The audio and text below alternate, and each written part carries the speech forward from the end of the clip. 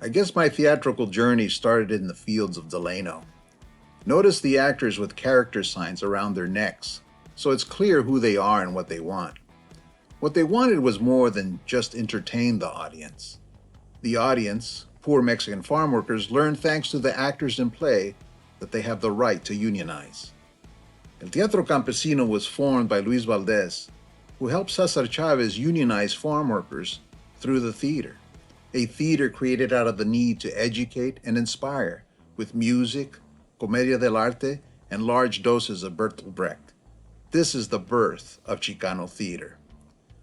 While those brave pioneers performed on flatbed trucks, I was a San Francisco boy watching TV shows that had a profound effect on me.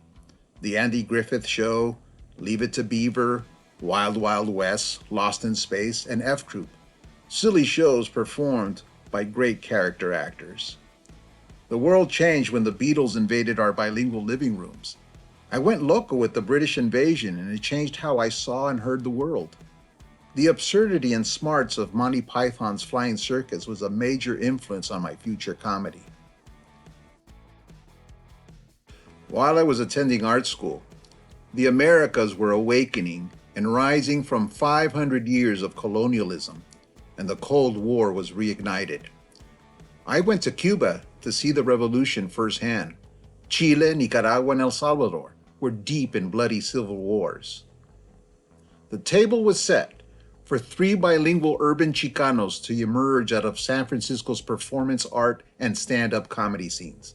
They were young, brash, and irreverent. They were Culture Clash. Richard, son of Chicano poetry legend Jose Montoya, bilingual rapper Rick Slick Salinas, and me, master of disguises. Our hero Luis Valdez took us under his wing for a year, and we performed in every small town along California's burrito belt of cultural centers and junior colleges. The Marx Brothers meets the Rolling Stones were the headlines, and we lived up to the hype. Back on Broadway, Luis Valdez shows a confused and weary Cesar Chavez the Great White Way, where Chicanos were not allowed to dance, sing, and tell their stories. Meanwhile, in LA, Culture Clash found out with Cheech Marin that Hollywood didn't want Chicanos on TV either. We conquered Los Angeles on stage with A Bowl of Beans that was filmed for PBS Grand Performances. Hollywood came sniffing around, but we weren't selling out. Instead, we went back to Theater Row and produced ourselves. Some hip Fox executives came around and gave us our own groundbreaking sketch show. Regional theaters all over the country wanted the Clash to bring their subscribers some much-needed culture and laughter. And after 36 years, we're still together, and dare I say it, still relevant and necessary. This is a recent photo of us performing Culture Clash Still in America in Orange County and Berkeley. It was time to leave the nest and see if I could fly solo. I went back to basics, and I wrote and performed a tribute to Mario Moreno Cantinflas, the Charlie Chaplin of Mexico.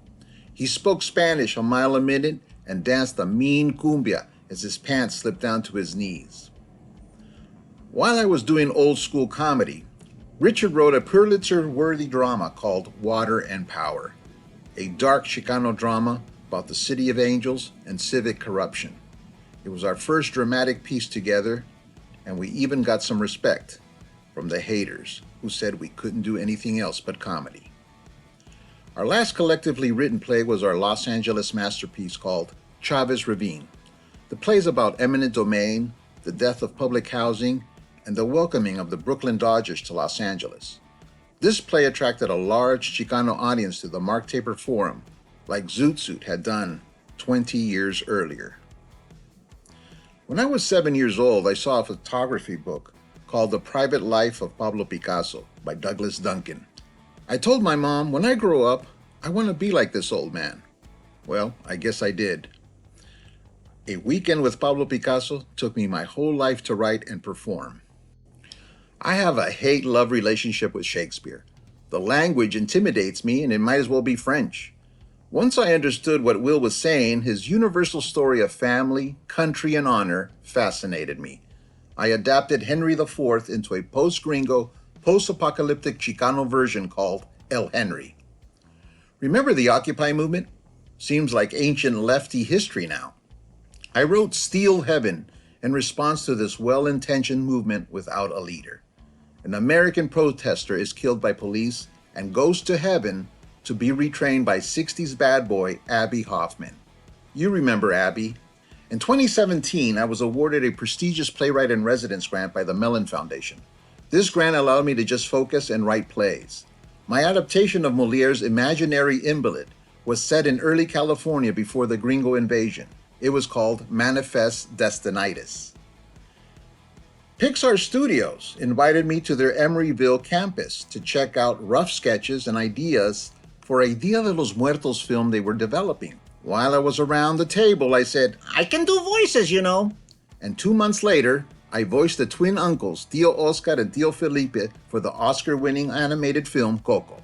With the success of Manifest Destinitis, I went back to the Moliere well and wrote the first narco-novela comedy called Bad Hombres, Good Wives. Now, if you look at the picture, I see Monty Python, I see Carol Burnett, I see El Teatro Campesino on the dusty fields of Delano making audiences laugh and think. That's my theater.